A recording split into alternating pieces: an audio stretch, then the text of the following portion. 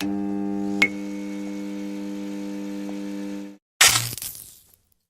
are the Other People Show. Thank you for everyone tuning in live on this. What is today? Thursday? It is a Thursday, and I think it's a 7th. It's my number, man. It's the 7th. And you had me on your show on the 7th, so I can't believe that. It's destined. Yes. So joining me today is Jake and a special guest who Jake and he hasn't seen each other in quite some time. It's been a while, but years, many years. Still, I call friend. It's good. So it's good to see you again. It's good to see you too. I've been keeping up with your music career as much as I possibly can. So, yeah, and as I said, I kept up with you. I confused you a little bit earlier. You know, I was acting like I see you out all the time. I know. I thought we were like hanging out. I was like, I don't remember hanging out. No, I see you on social media. You know. Yeah. So tell everyone, Aaron, what's been going on. Because you've not been on the show before. Okay, well, I mean, where would you like me to start with what's going on? Yes. What's going on in my life? What have you been doing in this time of COVID? I've been growing a mullet. Have y'all ever watched Eastbound and Down? I have. Kenny Powers? Yes. That's what I'm going for. I know. Ever since COVID started. When I saw you the other day, I noticed the nice mullet flow, and I was like, I was envious. I really was. I got it trimmed, and I wish I didn't, but I'm always a short-haired guy, you know, usually hair shorter than yours, but so COVID happened and I was like, it's mullet time. It's now or never. So my mom is completely disappointed in it. And my dad's always like, you gonna put that thing in a ponytail, you know? So, so that's the main thing about what I've been doing during COVID is growing this mullet. Growing that mullet. But other than that, you know, I've been, I started a YouTube channel, so I started creating backing tracks. I play live. I do enjoy some of your tracks. I don't get to listen to every one of them, but some of them I actually get to, and I'm impressed. Well, thank you. I make them just so people that aren't out being able to go play live can, you know, get on YouTube and play along with somebody, you know, and right. It gives me something to do. But what's your YouTube channel? Just some guy backing tracks. Okay, I'm looking it up because I'm not so vain. So that's the main reason. It's just some guy because I don't, you know, I'm very humble pie. But right. I get to play with Caitlin Baker. She hired me on about 5 years ago, and so we haven't got to play a show this year. We did a Skype view through Europe because the last gig she played, she got stuck in Europe. Really? Right when COVID happened, and took 4 days before they could get a flight for her to come back home. And so we haven't done anything. And I just got back from Myrtle Beach, and I've been playing some with Birds Can Fly just to keep my fingers going. And right. But it's different out there, you know. It's different laws. So COVID, everything has to be outside. It was a huge venues that are outside with tables that only 5 or 6 people could sit at. But I think here you're only allowed to have 25 people in a room at a time. Probably. Like even at a wedding or a funeral still here. So music here is still rough. I heard you all talking, you know, pre-show about how, you know, the technology now, you know, during COVID has allowed us to do all these things that we weren't doing. Just kind of like Jake and I, you know, I lived in DC this past year, and Jake is my life coach or free therapist. And I would advisor. There you go. I would often call him, and we would talk on the phone for several hours. So Jake suggested, hey, let's just do Zoom. And we turned those phone conversations into the show with the other people that you now see. Yeah, it's entertaining. People's lives are entertaining. That's why we like to see Teen Mom. We want to see what happens to Honey Boo Boo. It's like we've taken reality television to a whole new level. Where's Honey Bear, Teddy Bear, whatever his name was? We got to keep up with this stuff. Like yesterday, I did go on last night about 12. Well, technically today at 12:30, and I went on with the intention of trying to be entertaining, but I ended up doing several shots while going live, and I ended up sobbing. All right. Okay. You let it out. I did not catch this because I just got off work, but so. Did you get to see any of it? Now, this happened before many months ago but it was kind of during a breakdown. Is Last it night some of was the same more. issues? I mean, I don't want to get Yeah, too involved, but I mean, it like is. It is. I have a bachelor's degree in psychology and a master's degree in mental health. So Do you really? to me, Adam. Let's come sit on my couch and Do you, Eric? Do you really? yeah. I I'm didn't sorry, know and that. you're looking at me for a life coach Yeah, when I you have, literally have I a master right communication- now? I have a I didn't need communications people to be a degree. life I have coach, a 'cause I'm so messed psychology up. bachelor's degree, and I have a mental health master's. But I am. I stay working as a paralegal because I can go play live music and go do the tours and stuff. Right. But one day that would Wow. end. I did not know that. So this This is a guy rare is- occasion where all three people on the show have their master's degree. This is the Yeah. smartest show we've ever done. The smartest show ever. And to be called smart is I appreciate that. I don't know if I've gotten that before. Well, you're Without very- being followed by something ASS. right. I totally get it. So you two, the last time you all had seen each other was when we had recorded the album, right? Was that the last time? Yes, the Adam Chafin original album. Did you guys have a band name? No. Yeah, we did. It was the Midnight you, We did? What? you Da called us Vinci? Da Vinci. Did I call us that? I thought You came up with Da Vinci. I didn't know if it was that or the Mutants or something. well, on the page, at one point on the page, there was about 10 different band names. Do you remember that, Jake? Mm-hmm. And we had people could vote. Band Mhm. names are the hardest thing in the world to come up with. It doesn't matter what you could think of.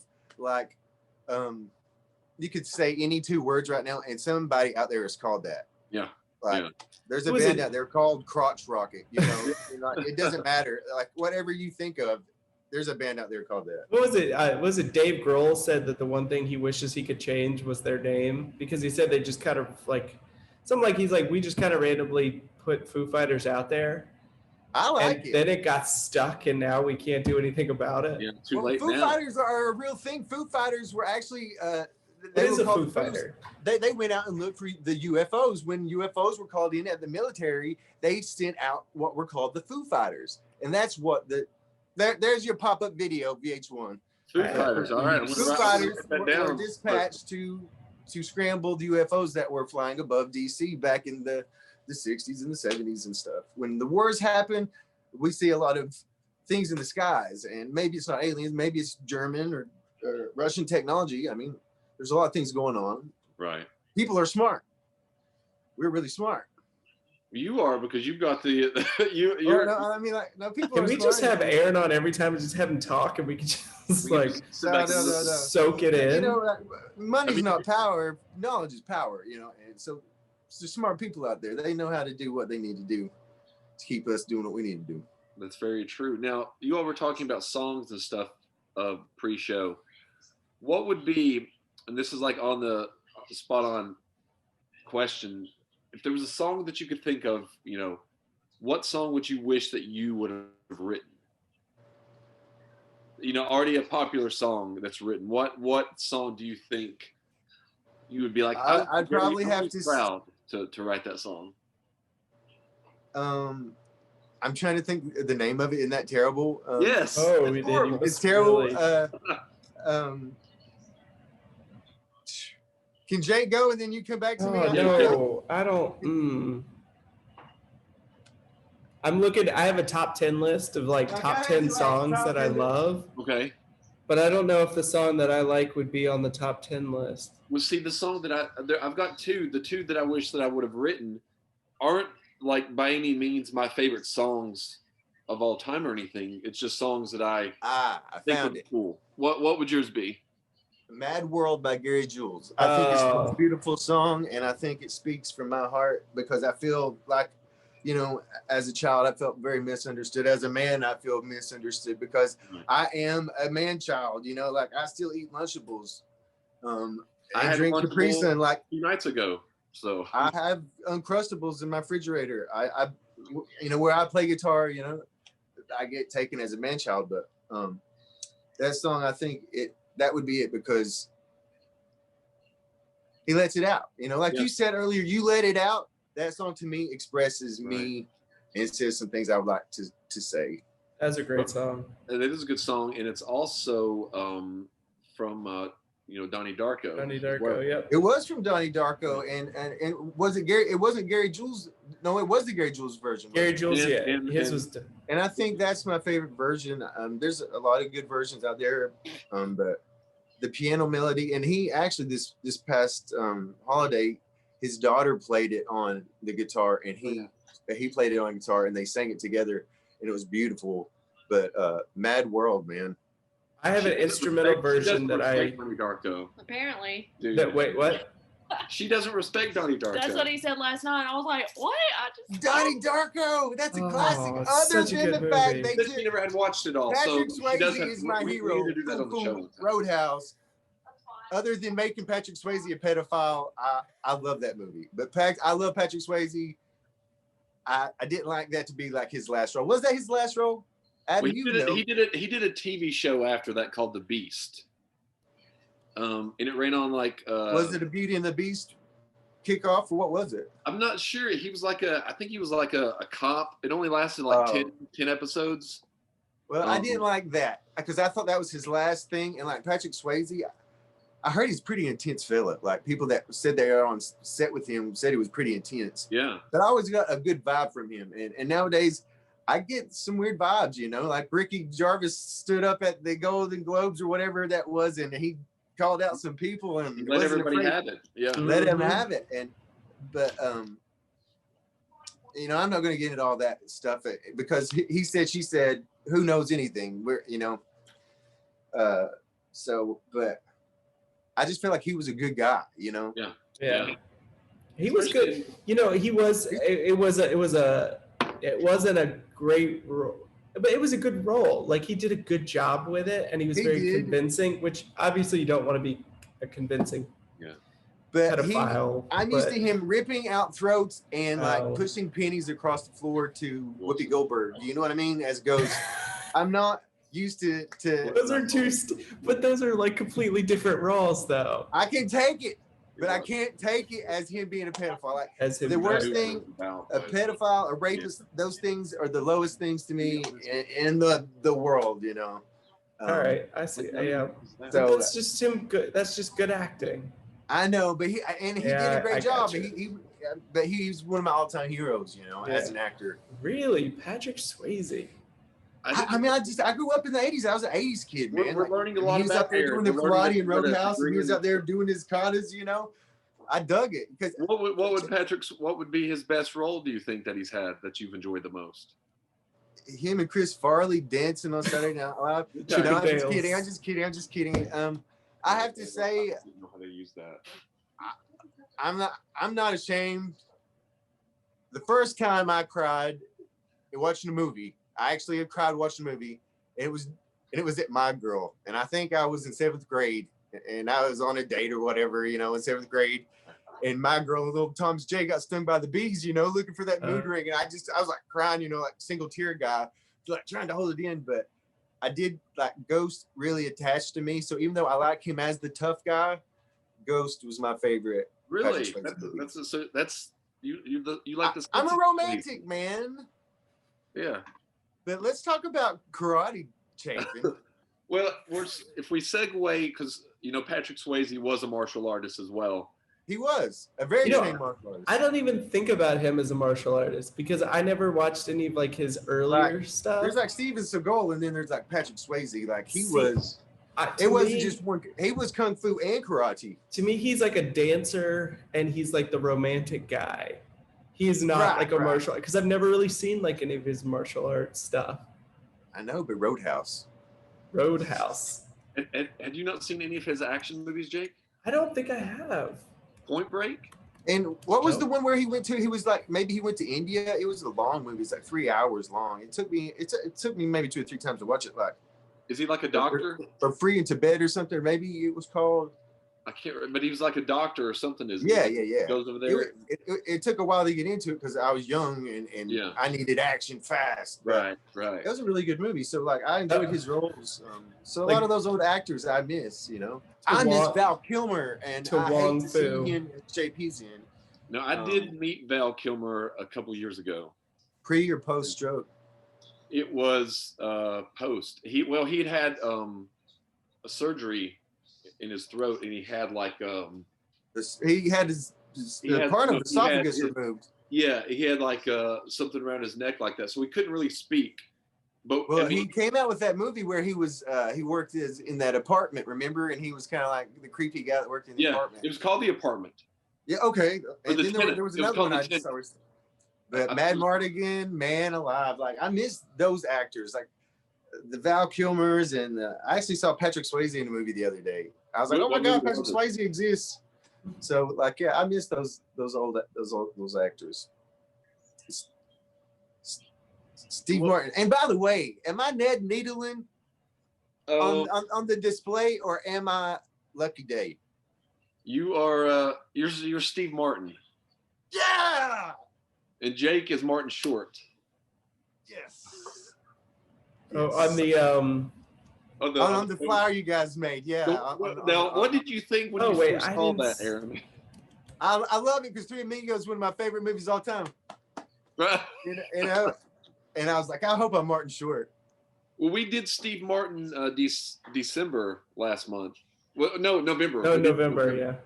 He's a magical man. He can play the banjo like Jesus Christ, I would imagine, would play the banjo. I don't know. If you all haven't done it, I think it might still be on Netflix. It's Martin Short and Steve Martin. They've got like a 1-hour comedy special on there. And it's like a stage show. And it's really funny. And he plays the banjo. But he did a version of they did this thing with Crossroads, and he sang a song with this country singer named Ashley Monroe. Okay. And oh my God, you have to look it up, guys. It's a beautiful song. He does this. Flawless victory. And this has something to do with kind of the segue into country music. And we'll get back into martial arts in a second. But growing up, Aaron, and Jake, they're tied together. Yeah, they are tied together. I want to hear this transition. No, I know that Aaron was in. You were in the band Wash. Remember That's my Wash? first band when I was a child. Yes. Now I do have a cassette tape of that. You better burn it. And there, you all are around the washing machine. Yeah, in Norton, at the old ice cream store. There's one sock. There's one sock. Tim Cox put that there. That was staging. Okay. Tim Cox took that picture. He's a good friend of mine. What was your favorite song on that album? Do you remember?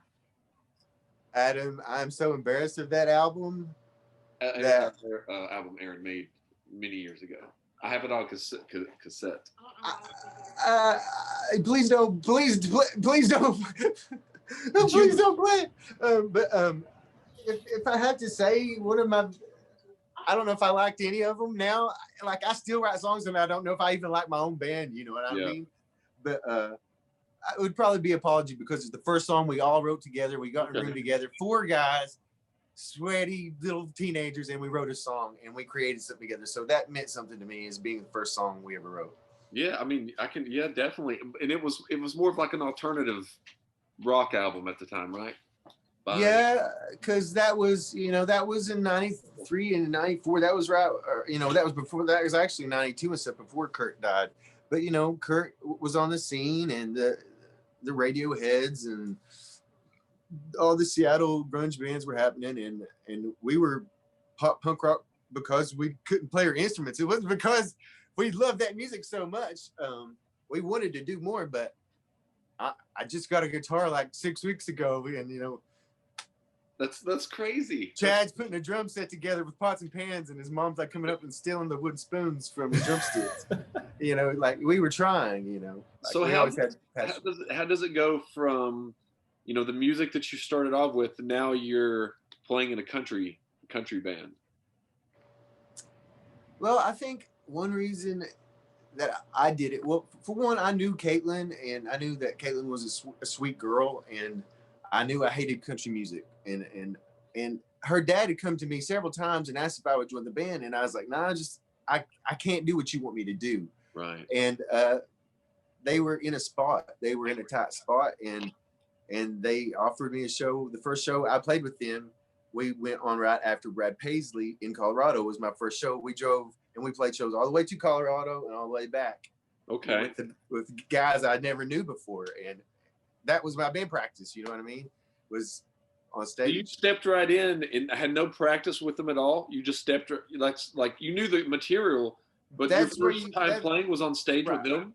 Right. That's where you have to be. And like I played with Birds Can Fly 2 weeks ago in Myrtle Beach, and I never had to practice with them. I went and we went and played an hour or so show. You have to be, you know, I'm not saying I will tell you very humbly, I'm not the best guitar player probably in this room, and I'm the only person in this room.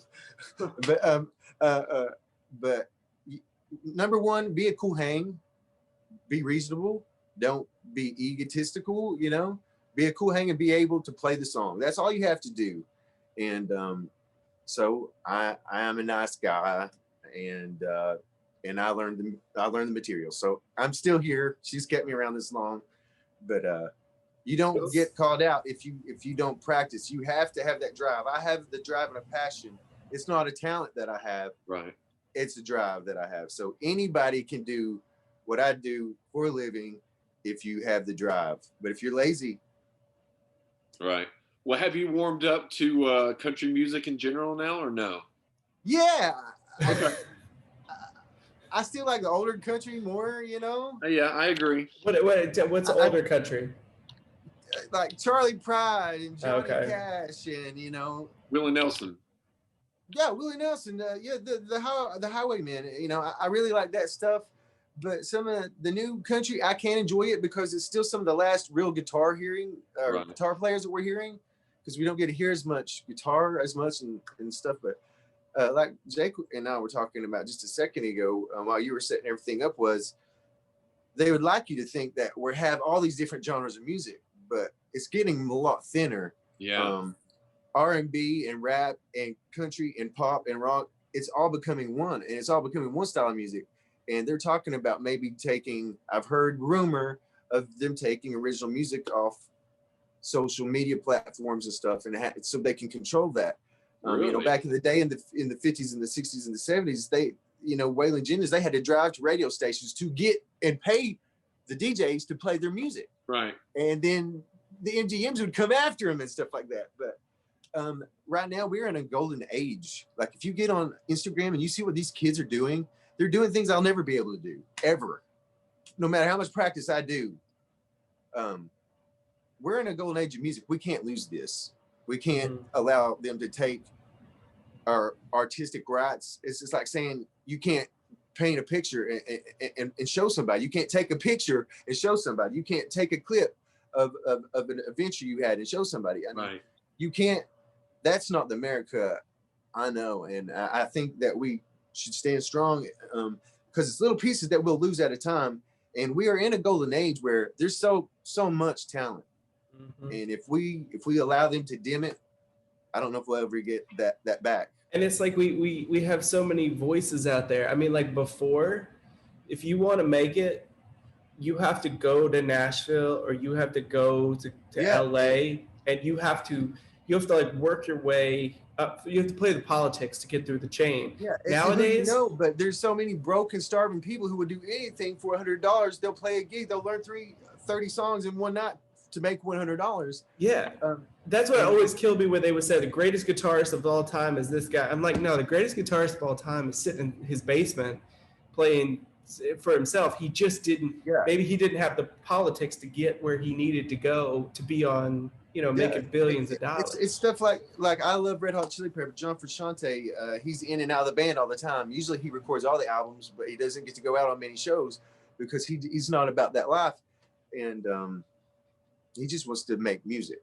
He doesn't want the attention and stuff like that. So people are different. But I think if we allow them to censor us on our art, be it photos, be it videos, be it filmmaking, like you guys do. Short films are done. The stuff we do is done. You know, I mean, that happens. It happened before. If you go back in history and you look at, you know, the eras that we had come and go, you know, we had a big rise in art and then boom, fall, crash, burn. Yeah. And then Middle Ages, if they existed, I don't apparently then we were depleted of all art forms, which I can't see that happening. Yeah. I can't see humans not creating. Yeah, look on the walls, the caves. We were always telling stories. I mean, how terrible would life be storytellers if there was no art to create? Like living without being able to create anything, would that even be worth living a life? Yeah, one thing that I thought of was, imagine if you were deaf and you've never heard music before in your life, and someone just came and strummed an A minor. Like how you feel that. I mean, like music is that, it's repeatedly said that the language that is multicultural, everybody understands that language of music.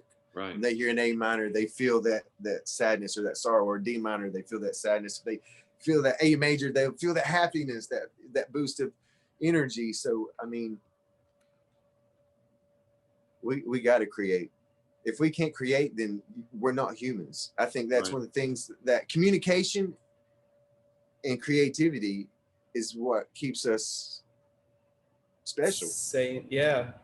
It separates us from the rest of the animal kingdom, pretty much. Yeah, it's yeah, exactly. And the greatest societies, really the greatest greatest like countries and stuff, put so much into art because they saw the value. Yes, they support the art and because what's the saying? Are you frozen up? Can you see me? You've kind of frozen on my screen. To me? Okay. We just stopped moving. Still working. They say that if you work at your passion, you'll never be poor. But if you work to be for money, you'll never be rich, or something like. There's some quote like that. If you work at your passion, you'll always be richer than you will be if you work for money.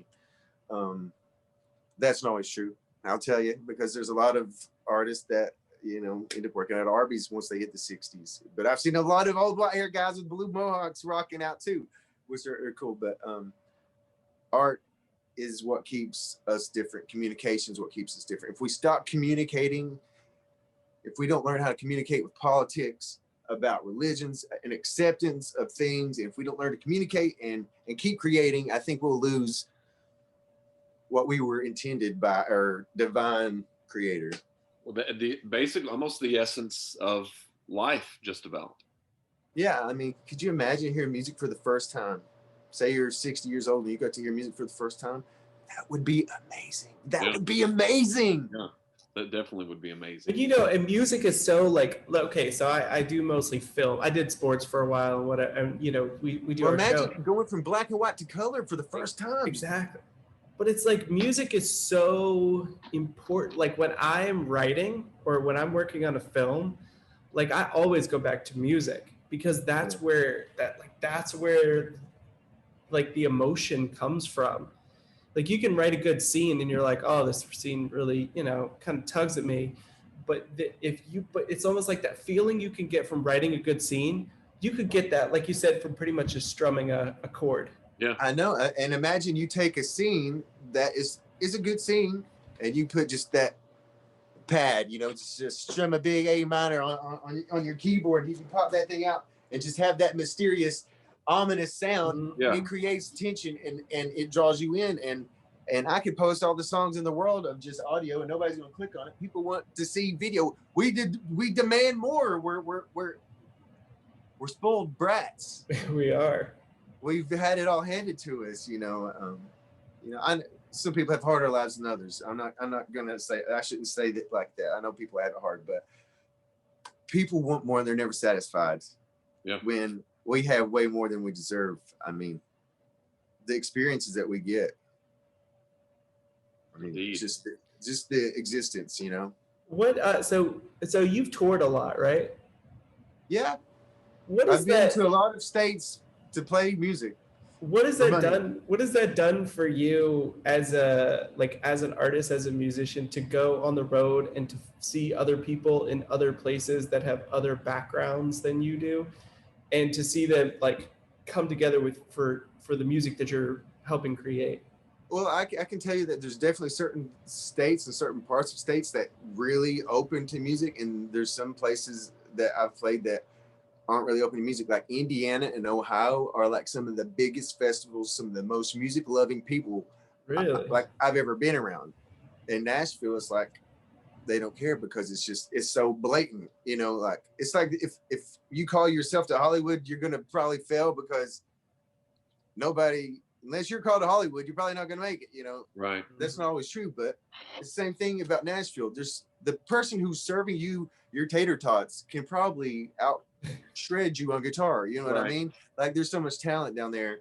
Like I have no desire to move to Nashville. I can do what I need to here. I can send stems. We have technology. We can do things, but that's what we were talking about, the technology now. You don't have to go to a big place to be able to do things. You can be here. You can be, you know, Jake's in Lynchburg. You know, we can be all over the country. We don't have to be in like LA or Nashville or Atlanta. Yeah, they're called stems. You know, like somebody sends me a track, a tempo. I can record a guitar, send it to them. They can send it to somebody else to put a bass to it. Send it to somebody else to put drums to it. And of course, it would go the complete opposite way of what I just told you. But yeah, I mean, and that's another thing that we're in. We're in a realm where even if you don't like, I'm not the biggest fan of digital and techno style musics and stuff like that.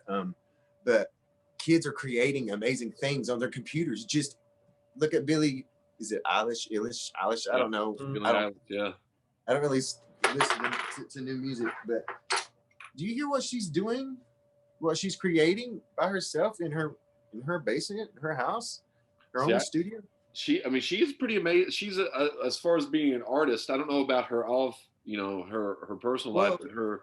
That's like Lord. She just created that stuff, just a simple beat, like 3 chords in the truth back in the day. All they need is a beat and a pad, and a bass loop. You know, so it's changed. It's changed, but it's the same. Yeah, it's just it's like a different version of the same thing. It's the same thing, only different. Exactly. Yeah, it's exactly the same but different. I want to give a shout out to Charles from Pro Gear Studios. I was doing a show with him, and we've kind of been on hiatus a little bit. But where's he out of? Do you know him, Charles Smith? You know him, Aaron? He's up. Yeah. Okay, I was saying, where was he out of? You're talking about out of Wise, yeah. Yeah. Yep. So yeah, he's on watching the show. So that's pretty cool, Charles. Thanks. He's a great drummer. Charles, a great drummer. He's got a good ear. He's got a good ear for music. Oh, and also Josh Cox. He said Roadhouse. I just now saw the comment on here, but he said Roadhouse. Oh, I want to say something. Shout out to Josh. Josh, welcome. Roadhouse.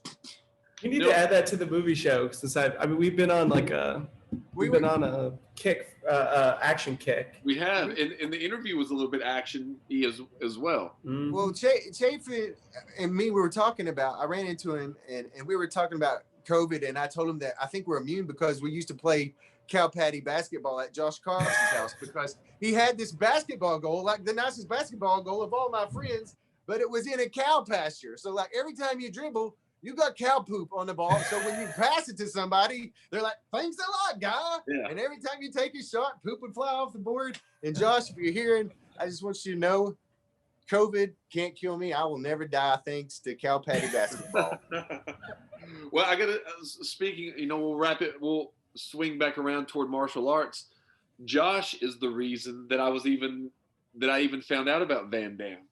There's the transition. And see, and me and him, we got together in the lunchrooms before. I don't think we had a class together at the time when we became friends because he was your best friend at that time. Yeah. And then like you didn't have a class with him, and I had a class with him, so I got to become close with him. Right. And I mean, we write books together and stuff. We had good ideas. Like we were always creative. And I'm talking 6th grade, Yeah. And but Kung Fu, Adam Chafin can do a Van Damme kick. Let's see if and he used to be able to do like 2 or 3 of them simultaneously. And I tried to do one. And I want you to know that I have no meniscus in my left knee because I tried to do one of these. And I hope that does not happen to you. But Chafin, can you still? Oh boy. Do you have wooden floor, Chafin? Do we know where he's at right now in case we need to call a paramedic? Let's see. Are you alone? I have on jeans, so I don't know if I can do this in jeans. Are they stretchy jeans? No. Just hike them up. All right, let's see here. You're gonna get the camel tail. Yeah, hold on. I'll talk amongst yourself. I'll be right back. Make room. This I'm telling you, these are big spinning kicks. And literally, like I tried to jump up and do one of these kicks, but I forgot to jump, and I just twisted a kick, and my leg stayed in place, and I was on crutches for like 3 or 4 weeks. I've always had a dream of I watched the episode of, I think it was Jackass, and a guy kicked himself in the face. So that's been my dream. That's been my goal. My entire life is to kick myself in the face, and I've gotten about that close, but I cannot do it. Kick yourself in the face? Kick myself in the face. I can't do that. It was like, what was his name? Wee Man, I think, on Jackass. He could kick himself in the head. Yeah, he can kick himself right in the face. Yeah, that's always been my goal. I feel like I'm gonna set a new goal with you. I think I can do this. I think I could kick myself in the face. I will try.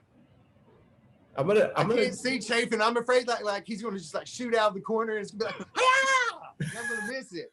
He's gonna kick the computer see him over on the screen right now, and I'm afraid I'm gonna miss the kick. I can't do it as well.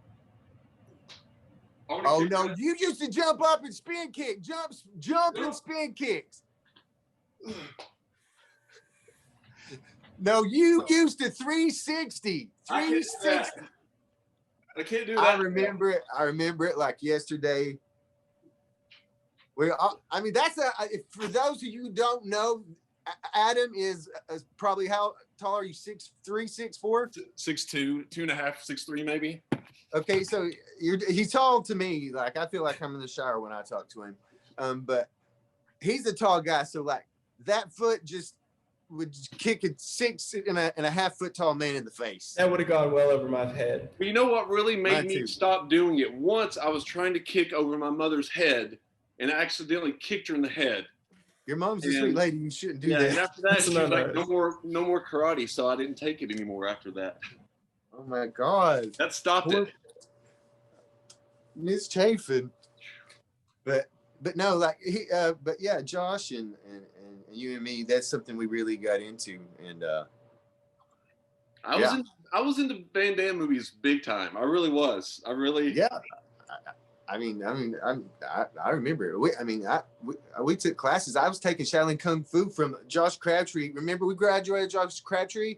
I took Shaolin Kung Fu from Stan and Alan and Andy and all them forever. And then come and see you guys do those kicks. I was like, I got to learn them kicks.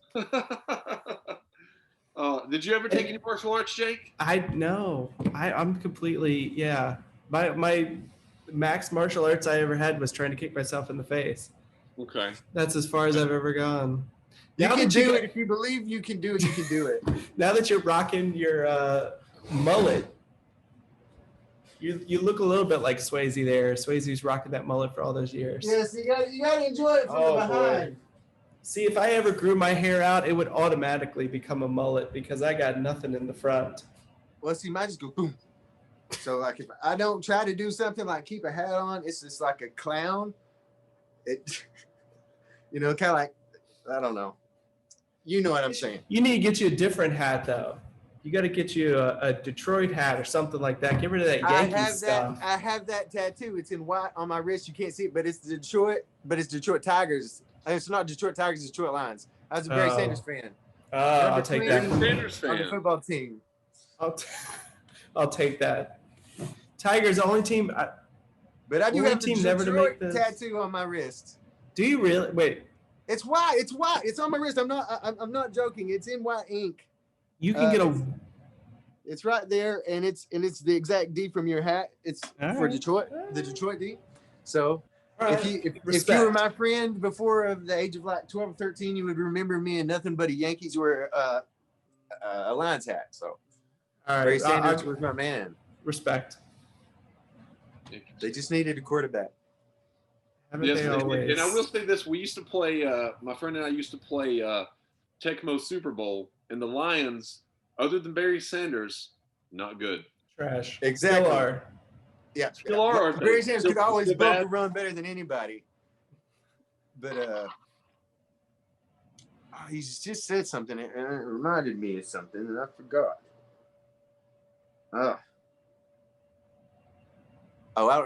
Basketball. Also, I remember you never played basketball in high school, but you were better than every.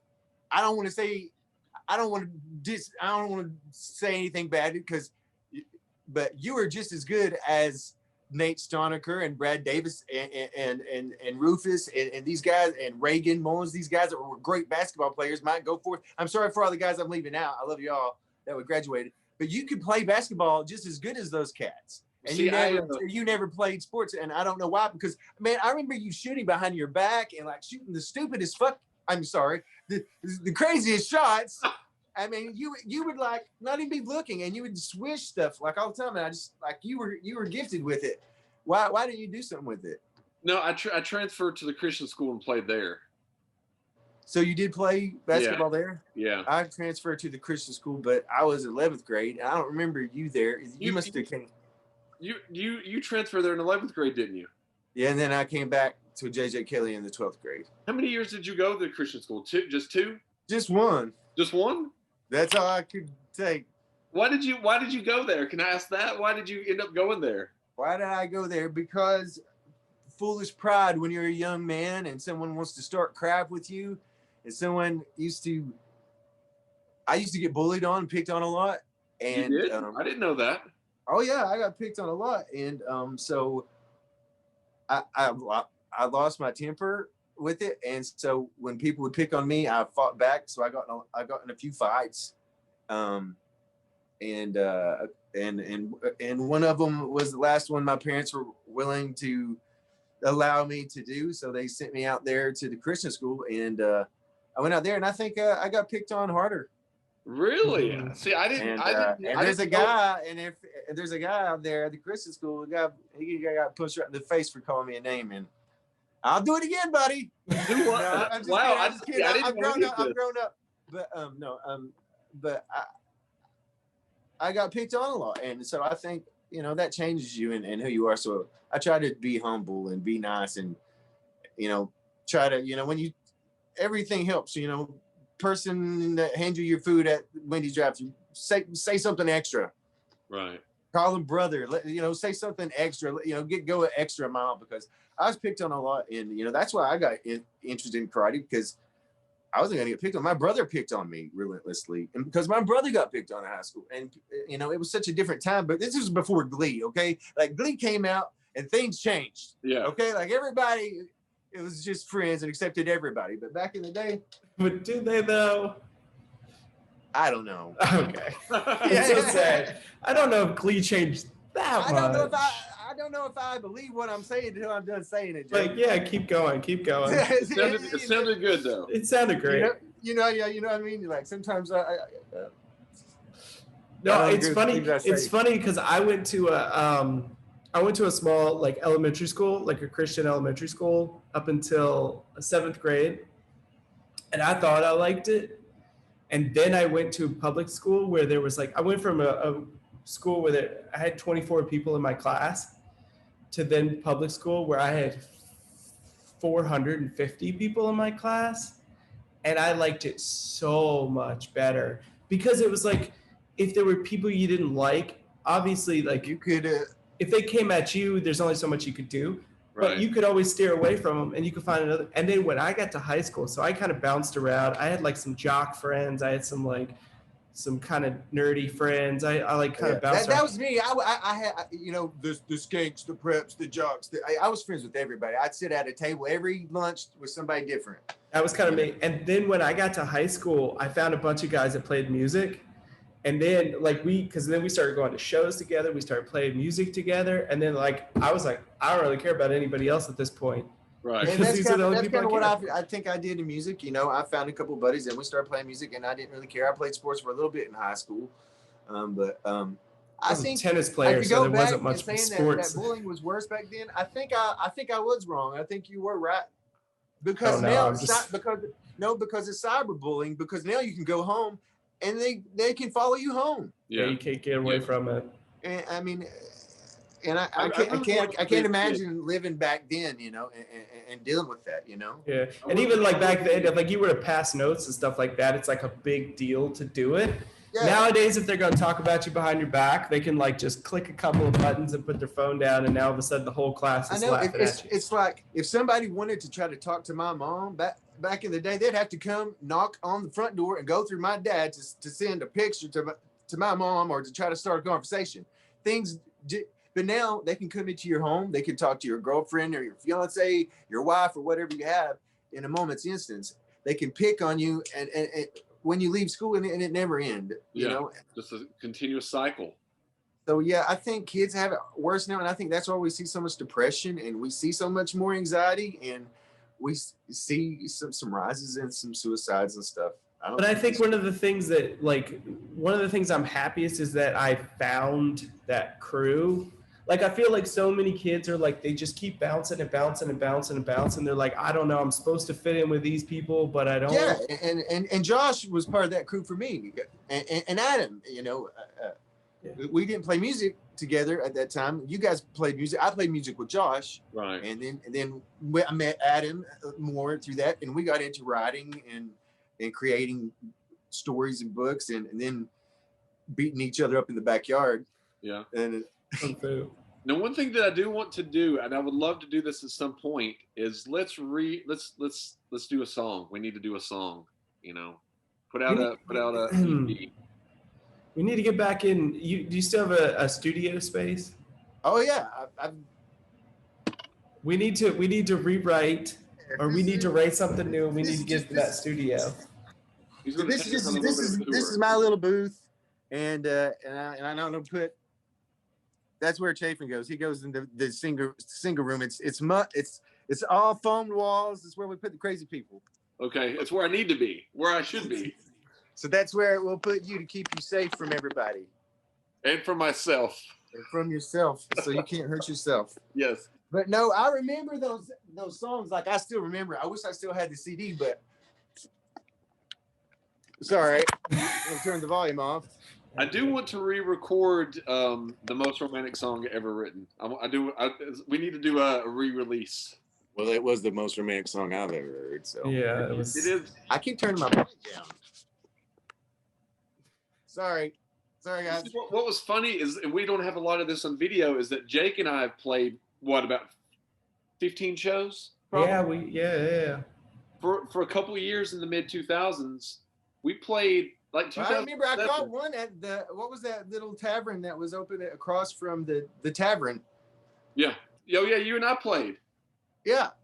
Well, Jake came and played too. Jake played there. Wait, was I there? I think you were, because I feel like Vogue was there. Because we played three I feel like there was 3 songs. I remember that, yeah. I don't know. Because that place shut down not long after that. Was it that we played at that hangar place? I don't even count that. That was a trash show. That was the worst show we ever did, but that was not like the favorable worst show we ever did. We all have worst shows. You know, the first show I ever played drums, I fell off the drum riser, and the only thing I could do to try to hold on, I grabbed the snare, I fell off the stage, and then I smacked myself in the face with my own snare drum. Oh my God. If I can get up and keep going, that's not the worst show. I was gonna say I don't think we did what that was. Ours might have been a metaphorical fall off the stage and hit ourselves with a snare, but not physically. I have literally fallen off the stage and smacked myself with my own snare and nearly concussed myself. So, yeah. Wow, you set that bar real high. Yeah. That was that Renee Matthews, or maybe Gretchen Matthews' birthday party at Wesley's Foundation. So shout out to those guys. Okay. Wise guys. Nice. Yeah, let's definitely do that. So Aaron, as we're about to wrap up, what do you have in the works right now?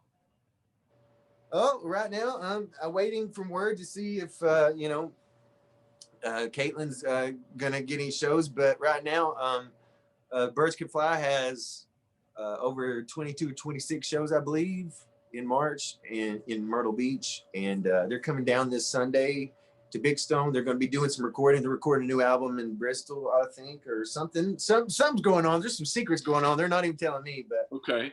So I'm gonna go play a little bit of music in Myrtle Beach for a little bit and just see if I can get a suntan and let this mullet grow. And it needs gel and it needs sand in it. You know what I mean? Yeah. It needs Myrtle Beach wind. Yeah, I feel you. Now you're also what's your YouTube? Just some guy on YouTube? Just some guy backing tracks. Okay. Just some guy music will come out a little bit later. I was hoping to put it out in January, but I'm just got a little busy with all this live music stuff. I've learned like 65 songs in the past 2 or 3 weeks. So, jeez, my brain's But and you post on there pretty regularly, right? A couple times a week. I post 2 backing tracks. I do 2 backing tracks a week, just for that. Just you know. What is a backing track? Just for my sake. It's drums, music, piano, and guitar of all different styles of music. I put blues, country, pop, rock, even pop country. I try to put all different styles of music, and it's something that, and then I show scale diagrams and the chord diagrams. So you can play along, practice your scale, so you don't have to just play to a metronome and it sound musical, or you can practice your licks, you know, just keep the rust off, you know, just have somebody to play with. Oh, okay. I always enjoyed them growing up, you know, like when I was learning my scales, I didn't want to just sit and practice a box by myself. So I could pull up YouTube much later, because we didn't have YouTube when we were kids. Right. We had dysentery from Oregon Trail. 2005. So what about you, Jake? What do you have? Anything you're working on right now? I'm writing. I have a feature that I have to have done by the end of this month. So I'm about halfway through the treatment right now, and then I got to start writing some dialogue. Is it is it like a? Yeah, full feature. Oh man. Yeah, congratulations. Thanks. I don't know if I can say much about it, so I'm just not going to say too much about it. But to have made it, as far as it sounds like you've already made it, I think that you're feeling it. You're on it. Yeah. Oh yeah. I've done that, and it's a subject that I've never really experienced as much. So I've had to done a ton of research on it. Okay. But because of this research, I feel like I just like opened a door to like a whole new world of like of empathy with people. And I was like, this is kind of a cool experience. I'm thankful for this experience, no matter how the script and the film actually end up turning out, which hopefully they'll turn out well. But you're a very positive person, Jake, and that's one thing I could always say about you. You always put positive out, and anytime I say something negative, you're like, well, let's be positive. And so I think if you keep that attitude, I think that you're going to have great success with it. We just need to have more pep talks, man. Just talking to you, I'm just like soaking this up where I'm like, I don't even know what to say. I just want to keep listening. I know. No, I mean, you were very positive to me earlier on the phone, and I appreciate it. So you got optimist, and then you got pessimist, and then you got realist. And sometimes I try to be a realist, but that's really another form of pessimism. Yeah, I'm a pessimist as well. Blah, blah, blah, blah, blah. You know, now looking back, I wish we would have had Aaron come on to the radio show. Me too. I miss the radio show days. Yeah. I don't know where we were missing beats, but I haven't seen Adam since like I saw Andy Dick. You know, and you guys were filming the film for Virginia Running with Lakin and them.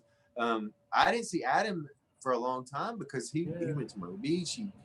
He went to California, I think, for a while, didn't you, Adam? Yeah, I mean, like for a little while, and I went into seclusion for a little while too after Virginia Running. I mean, like I know we're closing up scenario thing, but you started something earlier about a bombshell. I mean, did you get it out? I mean, like, I'll go back and I'll watch it. Well, last night's, I got to go back and re-watch. It's about a 2-hour live stream. In the first 45 minutes, I don't know. I got to go back. It's really, I almost touched down into some very heartfelt things. Right. And I don't want to push you into saying anything you don't want to, but at the same time, we're humans and we can teach other people to be humiliated, to be weak, to drop your guard. And I tried to do that more and more the older I get, is let that down and show because that's what being a man's about, you know, being able to walk away from stuff when you have to, be it a fight or a relationship, and or be it ties from a friend that's taking you down the wrong road. But well, last night kind of tied into some things that well, actually, everyone, nothing's hidden. It's all on the it's all in the show. It's pretty public. But Jake knows a lot of the behind the scenes that some of the public doesn't know. But it was therapeutic to go on. I don't know if you all think this way or the audience, but I personally, I'm better on the show, on the radio show, or in sketches than I am in real life. At expressing yourself? The awkwardness, the anxiety isn't there when I do the show, when I do the radio show, the Zoom show. Do you feel like you are an introvert, or do you feel like you're extrovert, or do you feel like when you're on your show you get to put on your extrovert mask and you get to wear that for a while and then you go back to your introvertism? That could be a possibility. I think you're exactly right. And it's also, there's a in a weird kind of a way, but that's you, like the you that you think is the best you, that is you, man. I don't know if it's the best me. It could be the craziest. Like, we can all be better. Like, I can make a better Aaron. Jake can work on himself and make a better Jake. But negative self-talk, man. I did that forever and ever, and I still do it. But you have to, it's like fake it till you make it, like in the rock and roll business. Exactly. So it's almost 5:00. Aaron, thank you for joining us on the show. Jake, thank you. When are we going to do this again? You all just hit me up anytime. I'm always available. We've got to do this again. We'll definitely do this again. People out there, check out Just Some Guy backing tracks on YouTube. Thank you. Also, we have the Christmas special. Although it's not Christmas, it's coming out January 10th at noon.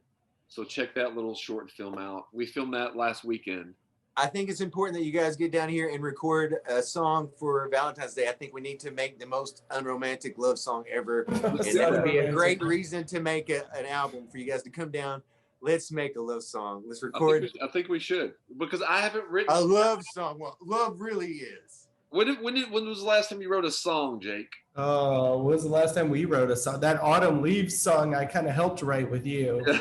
That's a pretty song. Many years ago. Aaron and I played. Aaron played it. I just actually stood up there with. No, actually, I played that one. He told me the chords, and then yeah, and very simple chords. We did what we could. Jeez. Yeah, that's been the last time I've like written anything. I can't write songs. I don't know how you write songs. I can't not write songs. Like that's the only talent like God really truly gave me, is the ability to express myself. Because I don't have any paper. I don't write lyrics. I just go in and sing. I always freeform. That's how I do. Like rappers do. I just freestyle. That's how I write. And then it's done. Well, cut and paste sometimes. Sometimes I can with technology. Yeah. I can cut a line out and be like, I could do something better there. But maybe that's what I need to try. Because to me, I just overthink everything. Yeah. And in my mind, I'm like, no, that's a trash lyric. You're spitballing, like Adam said, he feels like he's his best. That's because he's free balling. He's spitballing or fireballing. I shouldn't have said free balling. That's a Tom Petty song, right? Yeah, Tom Petty song. That's what I'm doing, free falling, actually. But that's because we can let ourselves go, and that's when we're our best. And we can break down ourselves, and we can show others it's okay to be human. Yeah. So next show, whenever Aaron comes back on again, there'll be we'll have our three heads on another, maybe a Patrick Swayze poster this time. I want to be on Ghost, and you get to be Demi Moore, and I'll be like around you, like doing the clay, and then like Jake can be like,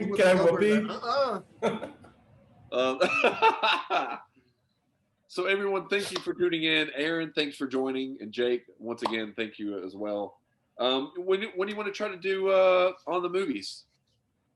Man, I'm a movie buff. I love movies from the 20s back. Like, as you see, that's my favorite thing that I own.